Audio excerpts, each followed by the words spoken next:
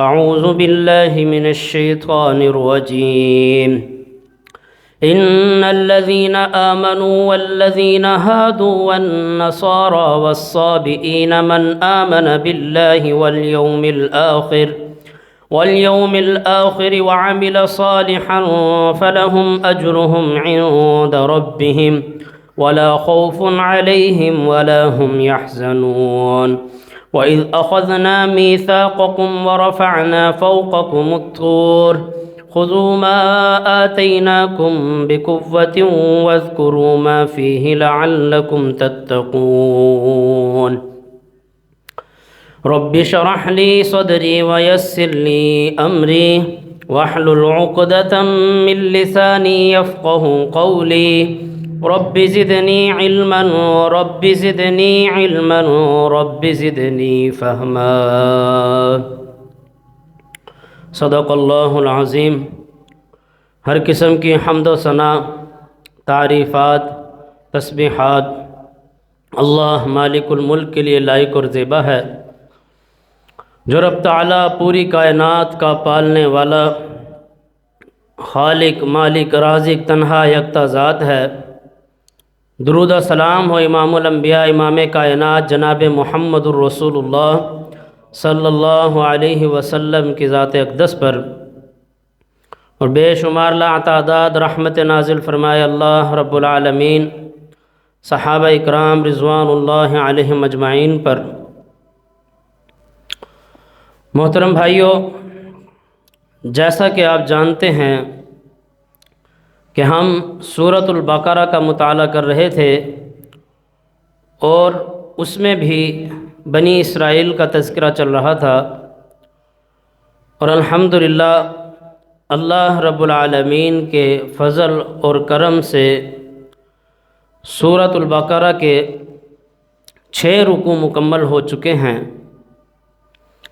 اور ان رکوعوں میں اللہ رب العالمین نے بہت سی باتوں کا تذکرہ فرمایا، اور جو ذکر ہم پڑھ رہے تھے وہ بنی اسرائیل کے حوالے سے تھا.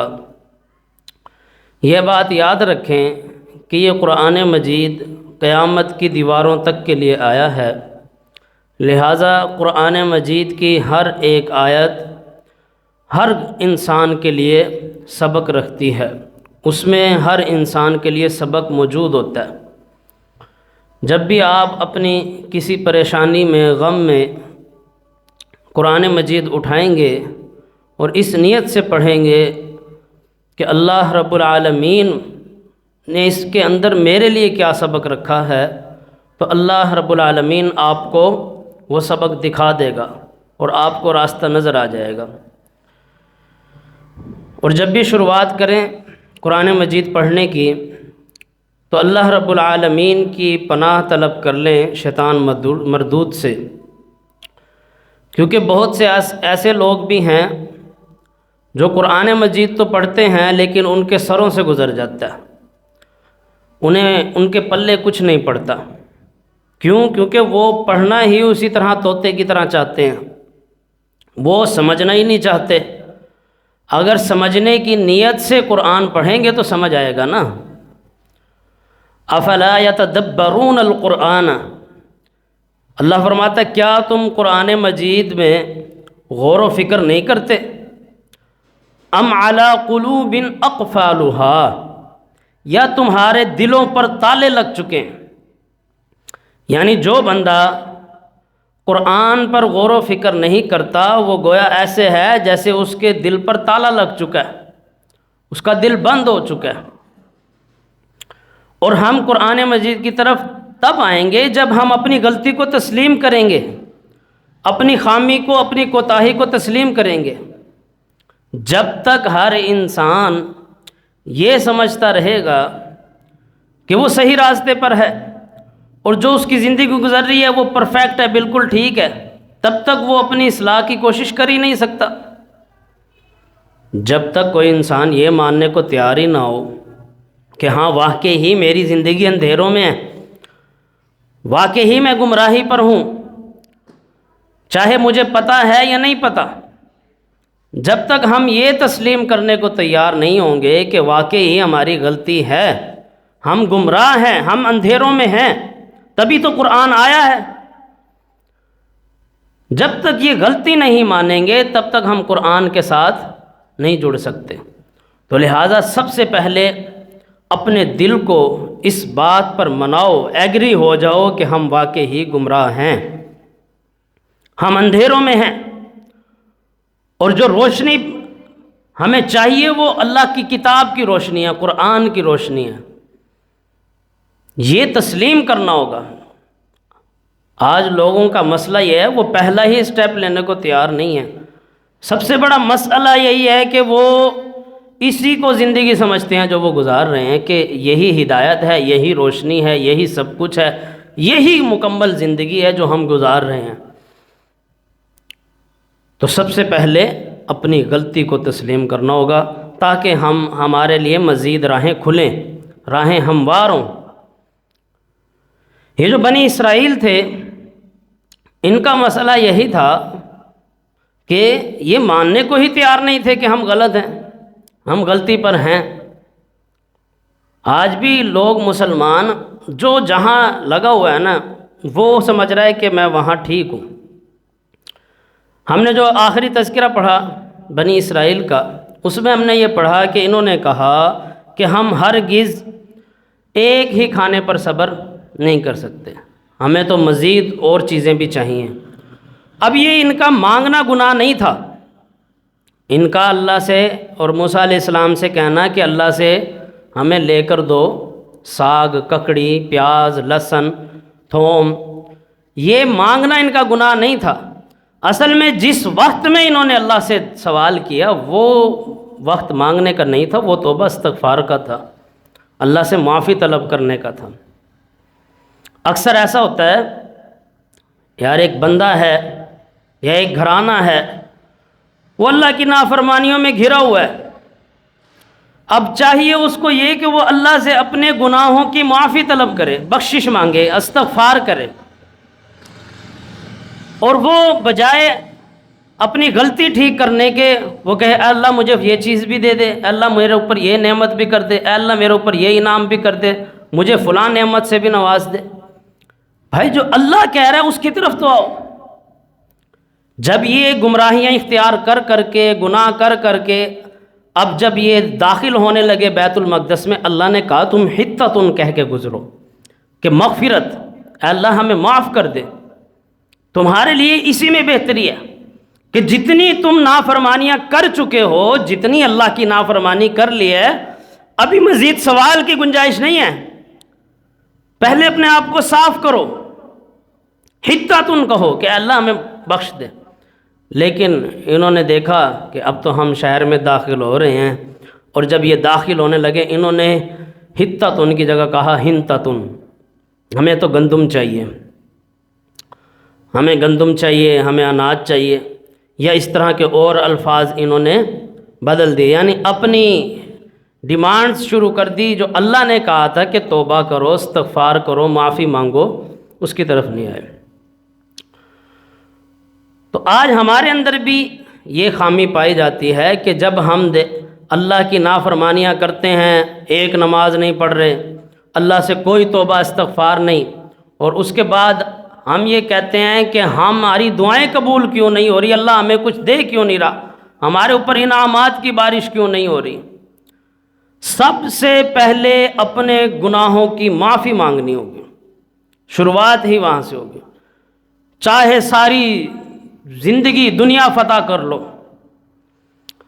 نمازیں بھی تب قبول ہوں گی جب گناہوں کی معافی مانگو گے کہ اللہ جو پچھلے گناہ کیے ہیں اس کے لیے تو ہمیں معاف کر دے، چاہے 10 سال گزر جائیں، 20 سال گزر جائیں، 50 سال گزر جائیں، راستہ یہی ہے، آنا اسی راستے سے ہوگا، توبہ استغفار کے۔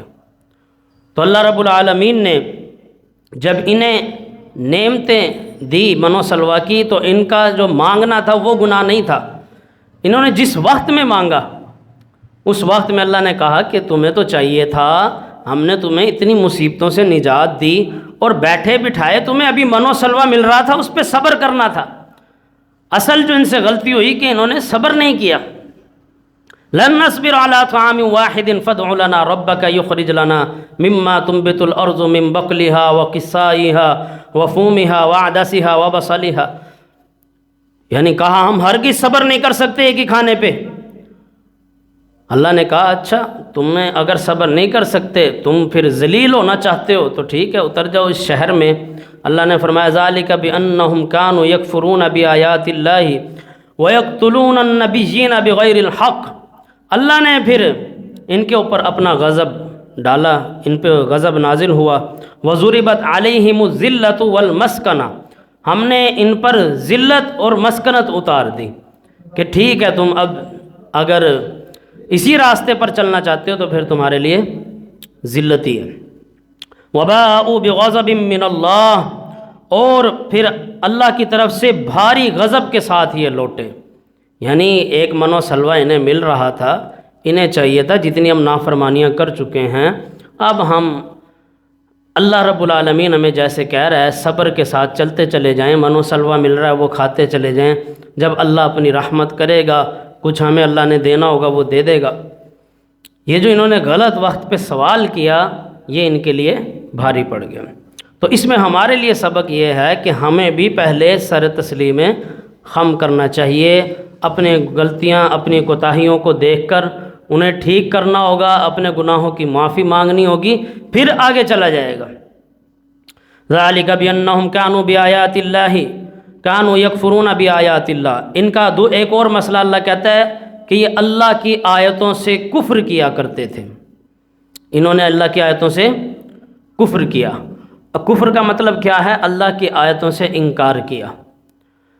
انکار کرنا صرف یہ نہیں ہے کہ ہم واضح طور پہ زبان سے کہیں کہ ہم اللہ کی آیات کو نہیں مانتے، ہم قرآن کو نہیں مانتے، یہ بات تو یہ بھی نہیں کرتے تھے، یہ بات تو کبھی یہ کہتے ہی نہیں تھے کہ ہم موسیٰ علیہ السلام پر جو کتاب نازل ہوئی ہے اسے نہیں مانتے یا اس کی آیات کو نہیں مانتے۔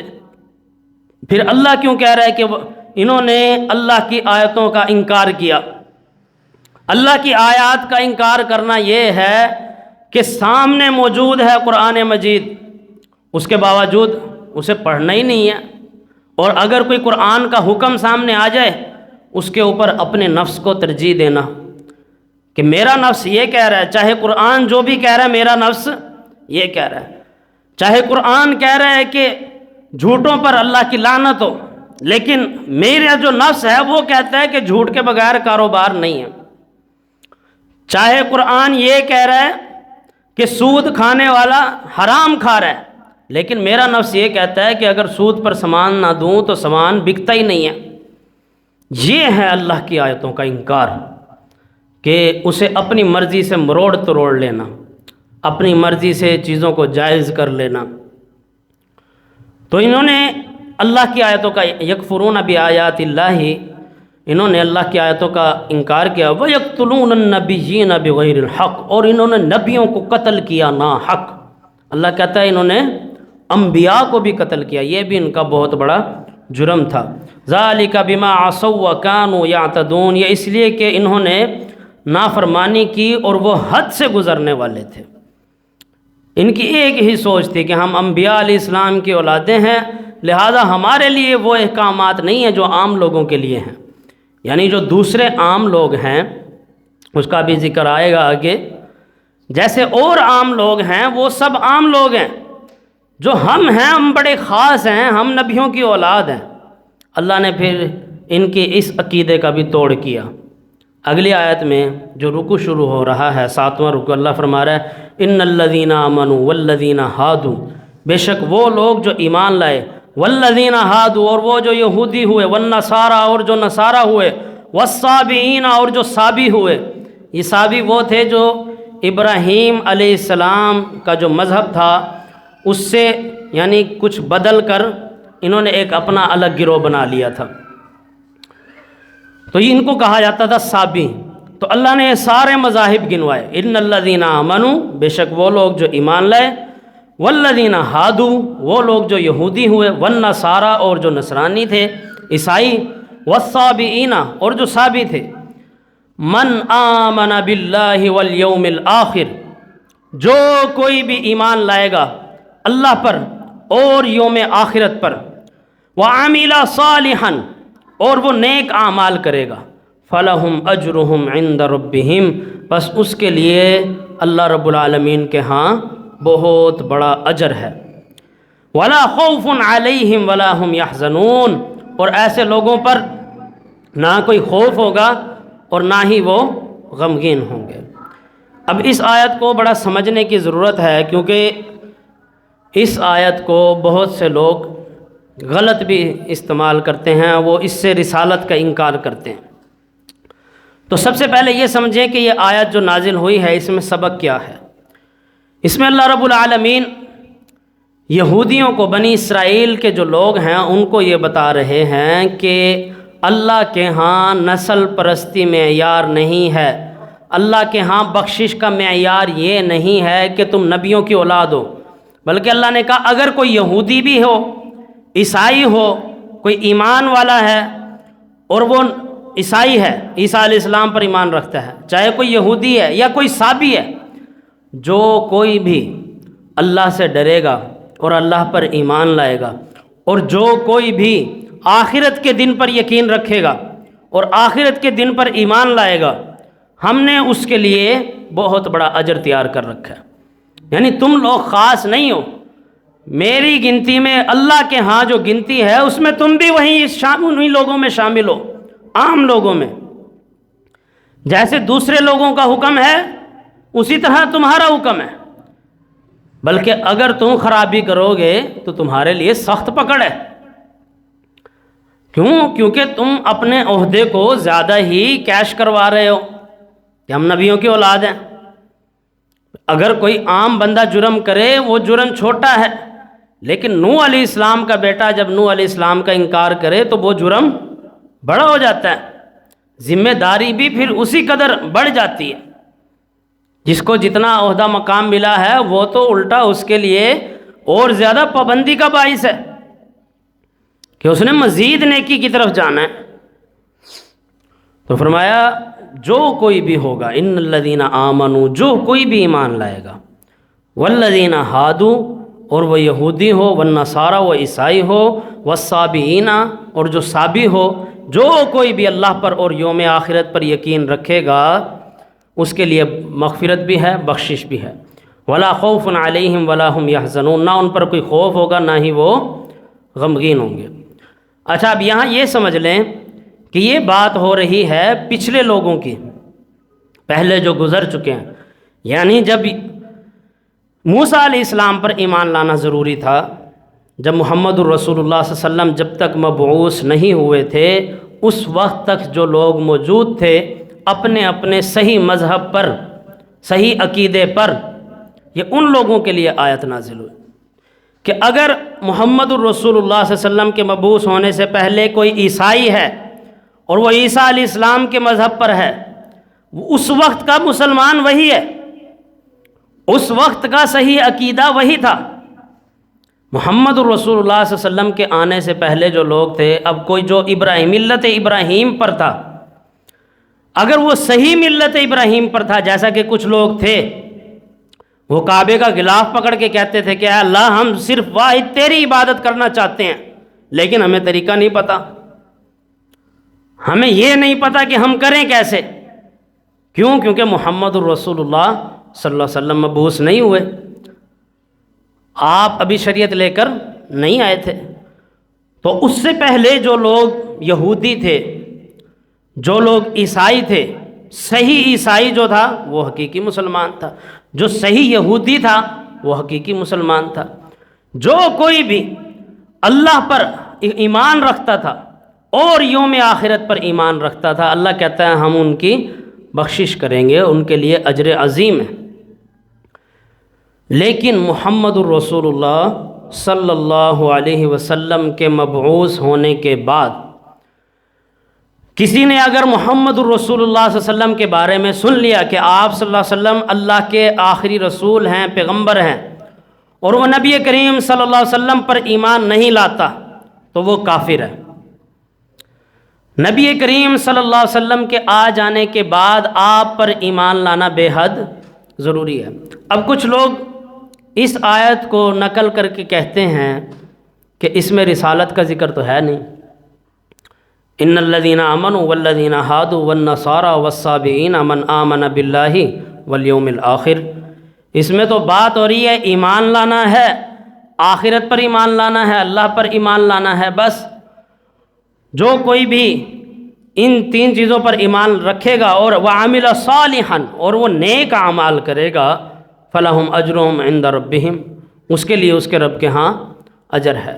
تو وہ کہتے ہیں اس میں رسالت کا ذکر تو ہے نہیں، اس میں یہ تو بات ہو ہی نہیں رہی کہ محمد الرسول اللہ صلی اللہ علیہ وسلم پر ایمان لانا بھی ضروری ہے۔ لہٰذا اگر ہم رسالت پر ایمان نہ لائیں اور اگر ہم صرف اللہ پر اور یوم آخرت پر ایمان لے آئیں، یہ ہماری بخشش کے لیے کافی ہو جائے گا۔ تو یہ اچھی سے سمجھ لیجئے کہ صرف قرآن مجید کا کوئی ایک ٹکڑا لے کر ہم کوئی فیصلہ نہیں کر سکتے۔ قرآن مجید کا کوئی ایک حصہ لے لے اور کہے کہ یہی سب کچھ ہے، کمپلیٹ ایمان ہے، مکمل ہے، تو اسے کہیں گے بھائی آگے پڑھ لے، پیچھے پڑھ لے، اوور آل مقدمہ کیا ہے، پوری صورت میں کیا بات ہو رہی ہے، اس کو دیکھا جائے گا۔ جب عقیدے کی بات آئے گی، اب سورۃ النساء میں اللہ رب العالمین نے آیت 150 میں اللہ رب العالمین نے فرمایا کوئی ایک نبی کا اگر انکار کرتا ہے وہ بھی کافر ہے۔ یعنی مسلمان ہونے کے لیے ہر نبی پر ایمان ہونا ضروری ہے۔ تو پورا قرآن مجید پڑھا جائے گا، کسی ایک نبی کا بھی کوئی انکار نہیں کر سکتا۔ اگر آج کوئی بندہ یہ کہے نا کہ میرا آخرت پر ایمان ہے، میرا اللہ پر ایمان ہے، اور میں نیک اچھے اعمال بھی کرتا ہوں، لیکن میرا محمد الرسول اللہ صلی اللہ علیہ وسلم پر ایمان نہیں ہے، تو وہ بندہ کافر ہے۔ اگر کوئی ایک بندہ آج چاہے مسلمان ہے، وہ کہے میرا محمد الرسول اللہ صلی اللہ علیہ وسلم پر بھی ایمان ہے، میرا آخرت پر بھی ایمان ہے، میرا اللہ پر بھی ایمان ہے، اور میں نیک اعمال بھی کرتا ہوں، لیکن میں عیسیٰ علیہ السلام کو نہیں مانتا، وہ بھی کافر ہے۔ کہیں میں یوسف علیہ السلام کو نہیں مانتا، وہ بھی کافر ہے۔ کیوں؟ حقیقت میں وہ ایک نبی کا انکار نہیں کر رہا ہوتا۔ جس نے ایک نبی کا انکار کیا اس نے پوری شریعت کا انکار کیا، کیونکہ ہر نبی کی دعوت جو بنیادی دعوت ہے وہ ایک ہی ہے، اور یہ سلسلہ کہیں بھی جا کر ذرا بھی منقطع نہیں ہوا، مسلسل چلا آ رہا ہے اس سلسلے میں۔ اور یہ ہمارا دین 1400 سال پرانا نہیں ہے، ہمارا دین 1400 سال پرانا نہیں ہے، یہ تو جب سے کائنات بنی ہے تب سے چلا آ رہا ہے۔ جب سے کائنات اللہ نے بنائی تھی، جو پہلے انسان اس زمین پر اتارے گئے آدم علیہ السلام، وہ شریعت لے کر آئے ہیں، وہ دعوت لے کر آئے، اور یہ دعوت کبھی بھی منقطع نہیں ہوئی، ایک سلسلہ وائز چلی آئی ہے۔ لہذا جو بھی اس سلسلے کو توڑے گا، جو کہے کہ میں عیسیٰ علیہ السلام کو نہیں مانتا، یا میں موسیٰ کو نہیں مانتا، یا میں یوسف علیہ السلام کو نہیں مانتا، یا میں یعقوب علیہ السلام کو نہیں مانتا، وہ حقیقت میں پوری شریعت کا انکاری ہے۔ ہر نبی پر ایمان لانا ضروری ہے، ہمارا یہ ایمان اور عقیدہ ہونا چاہیے۔ اسی لیے جناب محمد الرسول اللہ صلی اللہ علیہ وسلم جب مبعوث ہوئے، آپ صلی اللہ علیہ وسلم نے یہ نہیں کہا باقی سب نبیوں کو چھوڑ دو، آج کے بعد صرف میں نبی ہوں اور کوئی نبی نہیں۔ نہیں، آپ صلی اللہ علیہ وسلم نے فرمایا میں ملت ابراہیم پہ ہوں، میں کس پر ہوں؟ ابراہیم کی ملت پہ ہوں، ابراہیم علیہ السلام کی اولاد میں سے ہوں، اور میں وہی عقیدہ لے کر آگے چلنے والا ہوں۔ نہ میں موسیٰ علیہ السلام کا انکار کرتا ہوں، نہ میں عیسیٰ علیہ السلام کا انکار کرتا ہوں، اور نہ ہی اللہ کی کتاب ان کتابوں کا انکار کرتی ہے۔ اللہ کی کتاب تو جب آغاز ہوتا ہے سورۃ بقرہ کا، وہ کہتی ہے کہ ما انزل من قبلک، ان پر بھی ایمان رکھنا ہے جو اس سے پہلے کتابیں نازل ہوئی ہیں۔ ہمارا تورات پر بھی ایمان ہے، ہمارا زبور پر بھی ایمان ہے، ہمارا انجیل پر بھی ایمان ہے۔ اسی وجہ سے تو یہود و نصارہ کی جو بیٹیاں ہیں اس سے مسلمان کا نکاح جائز ہے، اس وجہ سے کہ ہم انہیں اہل کتاب مانتے ہیں۔ جو صحیح یہودی ہیں، جو صحیح عیسائی ہیں، وہ آج بھی موجود ہیں، لیکن ان میں زیادہ تر میں خرابی آ چکی ہے، وہ اپنے بھی مذہب پر پورے نہیں اترتے۔ تو لہٰذا اس آیت سے کوئی یہ مطلب نہ نکالے کہ رسالت پر ایمان نہ بھی ہو تو بخشش ہو جائے گی۔ اور ایک اور مزید بات جو اس میں سمجھنے کی ہے، کچھ لوگ اسی آیت کو نقل کرتے ہیں اور پھر یہی بات کرتے ہیں کہ محمد الرسول اللہ صلی اللہ علیہ وسلم پر ایمان نہ بھی لائیں تو گزارا ہو جائے گا۔ ان کو میں بتاتا چلوں کہ اس آیت میں اللہ رب العالمین نے کہا ان الذین آمنوا والذین ہادوا والنصارى والصابئین، بے شک وہ لوگ جو ایمان لائے اور جو یہودی ہوئے اور جو نصرانی ہوئے اور جو صابی ہوئے، من آمن باللہ والیوم الآخر، جو کوئی بھی ایمان لائے گا اللہ پر اور آخرت پر۔ اب اس کے اندر ہی یہ بات موجود ہے کہ محمد الرسول اللہ صلی اللہ علیہ وسلم پر بھی ایمان لانا ضروری ہے۔ وہ بات کہاں موجود ہے؟ وہ بات موجود ہے انہی لوگوں کی کتابوں میں، یہود و نصارہ کی۔ یعنی اگر اللہ فرما رہا ہے جو کوئی یہودی ہوگا والذین ہادوا، اب جو صحیح یہودی ہے اس کا یہ پختہ ایمان ہے، کیونکہ ان کی کتاب میں لکھا ہوا ہے کہ ایک پیغمبر آنے والے ہیں محمد الرسول اللہ صلی اللہ علیہ وسلم۔ اگر ایک یہودی کا اپنی ہی کتاب پر پختہ ایمان ہے تو اس کا یہ ایمان بھی ہونا لازم ہے کہ محمد الرسول اللہ صلی اللہ علیہ وسلم بھی آئیں گے، کیونکہ ان کی کتابوں میں واضح طور پر یہ لکھا ہوا ہے۔ اسی طرح والنصارى، نصارہ کا ذکر فرمایا اللہ نے۔ اب جو صحیح عیسائی ہے اس کی کتاب میں لکھا ہوا ہے کہ محمد الرسول اللہ ایک آخری پیغمبر صلی اللہ علیہ وسلم آنے والے ہیں۔ تو جو صحیح عیسائی ہوگا اس کا محمد الرسول اللہ صلی اللہ علیہ وسلم پر ایمان لائے بغیر گزارا نہیں ہے۔ حتیٰ کہ نبی کریم صلی اللہ علیہ وسلم کے مبعوث ہونے سے پہلے، یعنی ابھی آپ نے اپنی شریعت کا اعلان نہیں کیا، آپ کے آنے سے پہلے جو عیسائی تھا، صحیح عیسائی جو عیسیٰ علیہ السلام کو مانتا تھا اور اس وقت کی جو کتاب تھی اس پر بھی ایمان رکھتا تھا، اس کتاب میں یہ لکھا ہوتا تھا کہ آنے والے پیغمبر کون ہیں؟ محمد الرسول اللہ صلی اللہ علیہ وسلم، احمد مجتبیٰ۔ یعنی صحیح عیسائی ہونے کے لیے بھی یہ ماننا ضروری ہے کہ ایک پیغمبر آنے والے ہیں جو محمد الرسول اللہ صلی اللہ علیہ وسلم ہیں، جو خاتم النبیین ہوں گے، جو آخری نبی ہوں گے۔ اور صحیح یہودی ہونے کے لیے بھی یہ ماننا ضروری ہے کہ ایک آخری پیغمبر آنے والے ہیں محمد الرسول اللہ صلی اللہ علیہ وسلم۔ تو اس آیت میں بھی یہ ذکر موجود ہے کہ اللہ رب العالمین کے جو آخری پیغمبر ہیں محمد صلی اللہ علیہ وسلم، ان پر ایمان ضروری ہے۔ تو یہ باتیں بے حد سمجھنا ضروری تھی۔ یہاں میں نے آپ کے سامنے 3 باتوں کا ذکر کیا ہے اس آیت کو لے کر۔ ایک یہ کہ یہ آیت جو نازل ہوئی ہے اس میں اللہ رب العالمین نے یہ بتلایا ہے یہودیوں کو، بنی اسرائیل کو، کہ تم کوئی خاص نہیں ہو، چاہے کوئی بھی بندہ آ جائے، چاہے وہ عیسائی ہو، چاہے یہودی ہو، چاہے نصرانی ہو، چاہے ایمان والا ہو، اگر وہ صحیح عقیدے پر اپنے وقت میں رہا ہے، محمد الرسول اللہ صلی اللہ علیہ وسلم کے مبعوث ہونے سے پہلے اگر وہ اپنے صحیح عقیدے پر رہا تو ہم اس کی بخشش کریں گے، ہم اسے معاف کریں گے، اس کے لیے اجر عظیم ہے۔ اور دوسری بات یہ سمجھائی کہ چاہے اس میں رسالت کا ذکر نہیں ہے لیکن قرآن مجید میں اور مقامات پر یہ بات واضح طور پر موجود ہے، جیسا سورہ النساء میں ذکر ہے کہ کوئی ایک نبی کا بھی اگر انکار کرتا ہے تو وہ آج کی ڈیٹ میں کافر ہے، کوئی اگر ایک نبی کا بھی انکار کرتا ہے۔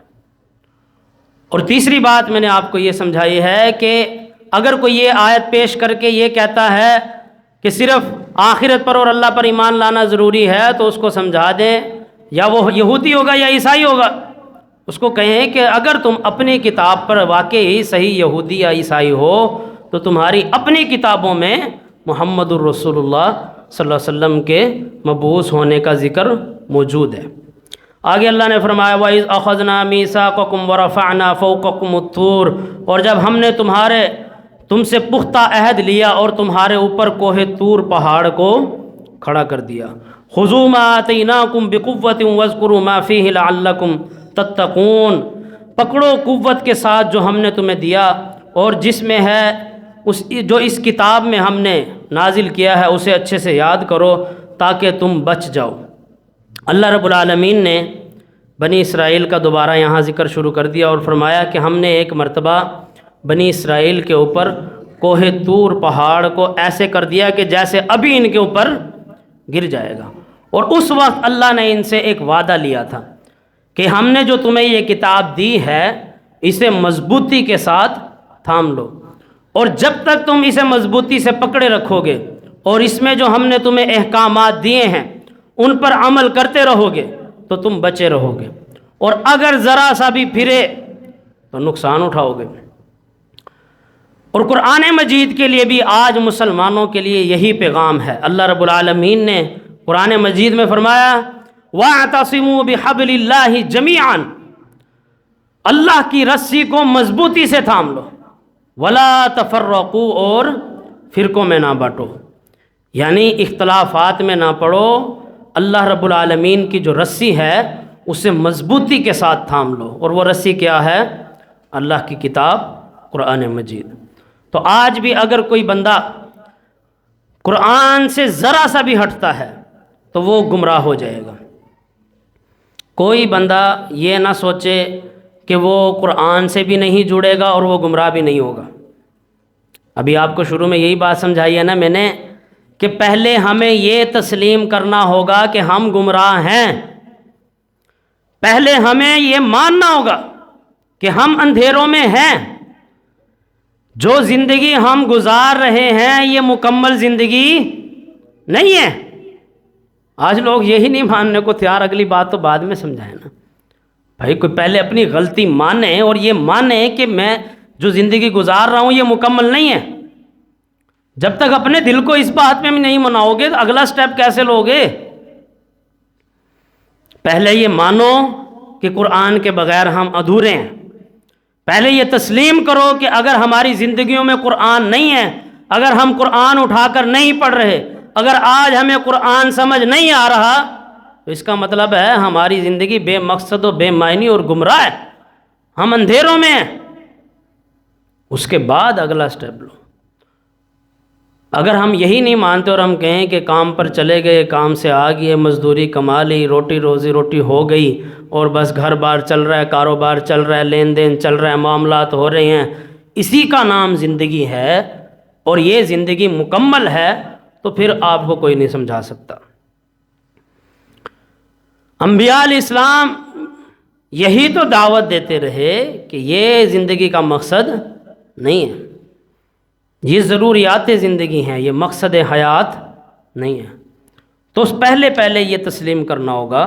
اللہ نے ان سے منوایا، اب یہ لوگ ان کو منو سلوا مل رہا تھا، بادلوں کا سایہ ہو گیا، کھانا پینا بھی سب کچھ ہو گیا، اب ان کو بات تھوڑی پلے پڑنی تھی، ان کا بھی وہی مسئلہ جو آج ہمارا مسئلہ ہے کہ روزی روٹی چل رہی ہے، کام چل رہا ہے، ہماری سب سے بڑی پریشانی کیا ہوتی ہے کہ کام نہیں چل رہا۔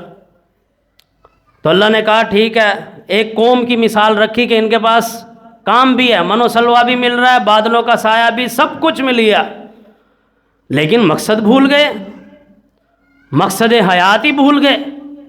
پھر اللہ نے کیا کیا؟ وَإِذْ أَخَذْنَا مِيثَاقَكُمْ وَرَفَعْنَا فَوْقَكُمُ الطُّورَ، اللہ کہتا ہے ہم نے پہاڑ جو تم پر بالکل ایسے جھکا دیا تھا کہ ابھی تمہارے اوپر پورا پہاڑ گرے گا اور تم سب تباہ ہو جاؤ گے۔ اللہ کہتا ہے اس کیفیت میں ہم نے تم سے وعدہ لیا تھا۔ کیا وعدہ لیا تھا؟ خُذُوا مَا آتَيْنَاكُمْ بِقُوَّةٍ وَاذْكُرُوا مَا فِيهِ لَعَلَّكُمْ تَتَّقُونَ، کہ تم اس کتاب کو مضبوطی سے پکڑے رکھو گے، اسے یاد کرو گے، پھر ہی بچ کر رہ سکتے ہو، پھر ہی نجات ہے، وگرنہ کوئی نجات نہیں ہے۔ ثُمَّ تَوَلَّيْتُم مِّن بَعْدِ ذَلِكَ، اللہ کہتا ہے اس کے بعد پھر تم پھر گئے۔ اور جیسے ایک نیوز اینکر بیٹھی ہوئی تھی نا، گانے گا رہی تھی، جیسے ہی زلزلے کا جھٹکا آیا، لا الہ الا اللہ محمد الرسول اللہ، کلمے بھی پڑھنا شروع، دعائیں بھی یاد آ گئی، سارا کچھ۔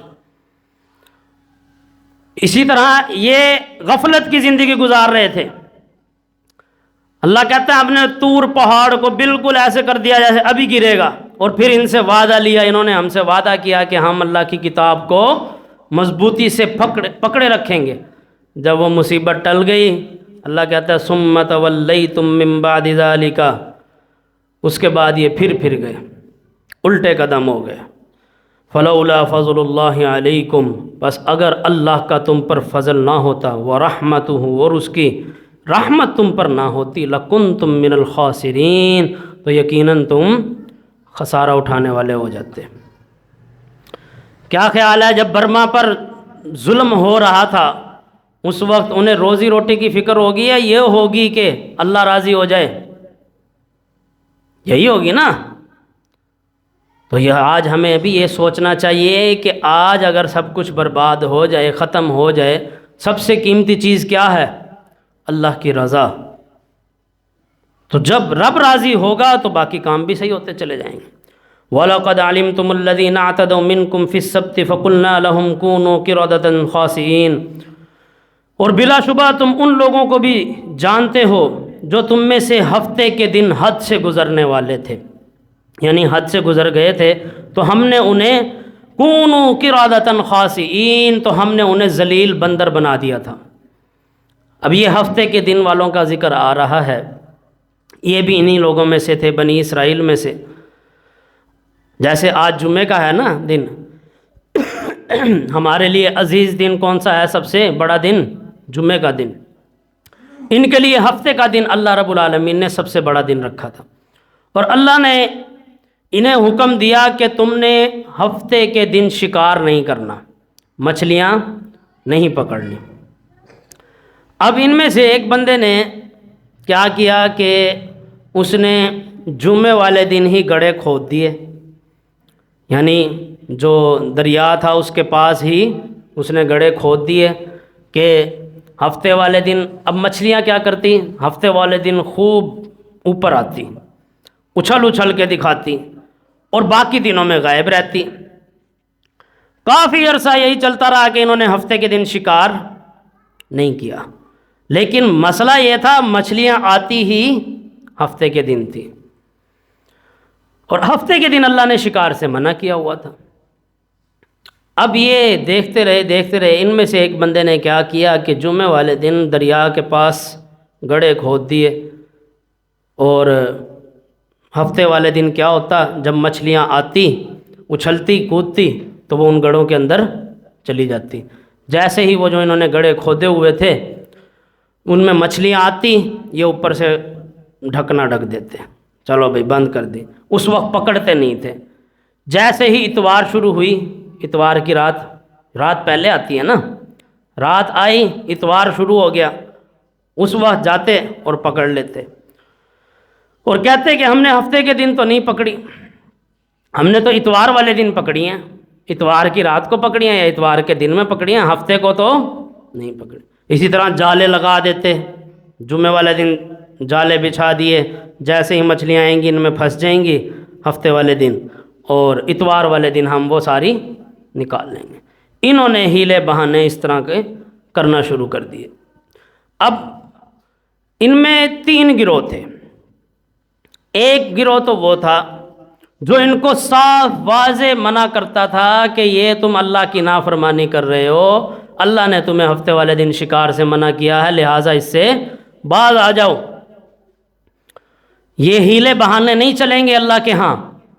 دوسرا گروہ یہ کہتا تھا کہ ٹھیک ہے یہ کر رہے ہیں، ان کا عمل ہے، کرنے دو ان کو، کوئی نماز نہیں پڑھ رہا، نہیں پڑھتا، نہ پڑھنے دو، نہ ہم اپنا مذہب چھوڑو نہ دوسرے کا چھیڑو نا. ہے نا آج ایسے لوگ، اپنا چھوڑو نہ دوسرے کو چھیڑو نا. تو یہ ایک گروہ یہ تھا جو کہتا اپنا چھوڑو نہ دوسرے کو چھیڑو نا. یہ وہ گروہ تھا جو خود برے عمل نہیں کرتا تھا، خود مچھلیاں نہیں پکڑتا تھا، نہ کوئی ہیلا بہانہ کرتا تھا، لیکن یہ جو غلط کام کر رہے تھے ان کو روکتا بھی نہیں تھا. جسے آج کی زبان میں کہتے ہیں نیوٹرل ہیں. ہم کیا ہیں؟ نیوٹرل ہیں. نہ ہم کسی کو برا بھلا کہتے اور نہ ہی ہم کسی کو روکتے ہیں، ہم بس اپنا عمل کرتے ہیں۔ تو یہ والا گروہ بھی اس میں تھا۔ تیسرا وہ گروہ تھا جو یہ عمل کر رہا تھا، یعنی ایک وہ گروہ جو سختی سے ان کو روکتا تھا، ایک وہ گروہ جو کہتا ہے ہم نیوٹرل ہیں بھائی، جو ہر کسی کو اپنا کام کرنے دو، اپنا مذہب چھوڑو نہ، دوسرے کو چھیڑو نہ۔ اور تیسرا وہ گروہ تھا جو یہ کام غلط کر رہا تھا کہ وہ ہیلے بہانے سے ہفتے والے دن مچھلیاں گڑھے میں قید کر لیتے، اتوار والے دن پکڑ لیتے، یا جالا بچھا کر اس میں قید کر لیتے، اتوار والے دن پکڑ لیتے۔ تو اللہ کہتا ہے تم انہیں جانتے ہو، وَلَقَدْ عَلِمْتُمُ الَّذِينَ اعْتَدَوْا مِنْكُمْ فِي السَّبْتِ، جو تم ان لوگوں کو اچھے سے جانتے ہو جنہوں نے ہفتے کے دن زیادتی کی تھی، فَقُلْنَا لَهُمْ كُونُوا قِرَدَةً خَاسِئِينَ، بس ہم نے ان کو ذلیل بندر بنا دیا۔ ایک دن یہ صبح کو اٹھے، اپنی دیواروں سے اٹھ کے انہوں نے جھانک کر دیکھا کہ آج تو کوئی باہر ہی نہیں نکلا، نہ کوئی مچھلیاں پکڑنے کے لیے باہر نکل رہا ہے، کوئی بندہ نہیں نظر آ رہا۔ یہ جو منع کرنے والے لوگ تھے، جو سختی سے ان کو روکتے تھے، جیسے انہوں نے جب اٹھ کر دیکھا دیوار کے اوپر سے، سب کے سب لوگ جو یہ ظلم کیا کرتے تھے، اللہ نے ان سب کو ذلیل بندر بنا دیا۔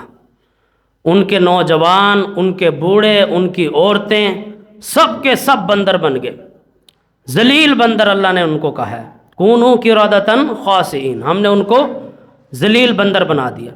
اور اللہ نے ان لوگوں کو بھی بندر بنا دیا جو کہتے تھے نہ ہم ان کو کچھ کہتے ہیں اور نہ ہم خود کوئی غلط کام کرتے ہیں، یعنی جو ان کو روکتے نہیں تھے اللہ نے ان کو بھی ذلیل بندر بنا دیا۔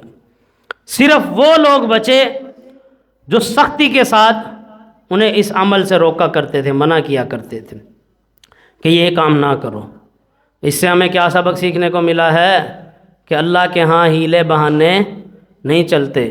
اگر ہم کسی بھی نیکی میں، کسی بھی اللہ کے حکم میں ڈنڈی مار رہے ہیں تو وہ ہم اپنے آپ کو دھوکہ دے سکتے ہیں یا ہم لوگوں کو دھوکہ دے سکتے ہیں، اللہ کو کوئی دھوکہ دے سکتا نہیں۔ اللہ سب چالیں ناکام کر دے گا۔ اور پھر یہ ذلیل بندر بننے کے بعد یہ پھر زندہ نہیں رہے۔ یہ اللہ کی سنت ہے کہ جب کسی قوم پر عذاب آتا ہے کہ اللہ جیسے شکلیں بدل دے یا کوئی بھی معاملہ ہو، پھر وہ زندہ نہیں رہتی۔ بمشکل یہ 3 دن زندہ رہے، اللہ نے پھر ان کی نسل ہی ختم کر دی۔ اس کے بعد کبھی ان کی آگے نسل بڑھی ہی نہیں، یعنی یہ ذلیل بندر بنے اور اس کے بعد یہ اسی طرح مر گئے۔ وہ لوگ بھی جو ان کو نہیں منع کرتے تھے، یعنی جو یہ نہیں کہتے تھے کہ بھائی نماز پڑھ لو، نیکی کی طرف آ جاؤ، اللہ کی شریعت کا انکار نہ کرو، جو منع نہیں کرتے تھے وہ بھی مارے گئے۔ صرف وہ لوگ بچے جو نیکی کا حکم دیتے تھے ڈنکے کی چوٹ پر اور برائی سے روکتے تھے۔ اور اس امت کی سب سے بڑی ذمہ داری قرآن نے جو لگائی ہے وہ یہی ہے کہ اس امت کی جو قرآن میں خصوصیت آئی ہے امت محمدیہ کی صلی اللہ علیہ وسلم، کہ یہ لوگوں کو نیکی کا حکم دیتے ہیں اور برائی سے روکتے ہیں۔ ہم داعی امت ہیں، دعوت دینے والی، اور اگر کوئی بندہ یہ کام نہیں کر رہا تو وہ یہ نہ سمجھے کہ میرا مقصد حیات پورا ہو گیا، وہ پھر یقیناً بہت بڑے خسارے کی زندگی گزار رہا ہے۔ اللہ رب العالمین سے دعا اللہ رب العالمین حق بات کو سمجھ کر مجھے بھی اور آپ بھائیوں کو بھی عمل کرنے کی توفیق عطا فرمائے، غلطی کوتاہیوں کو ہمارے دلوں سے معاف فرما دے۔ وآخر دعوانا الحمدللہ رب العالمین۔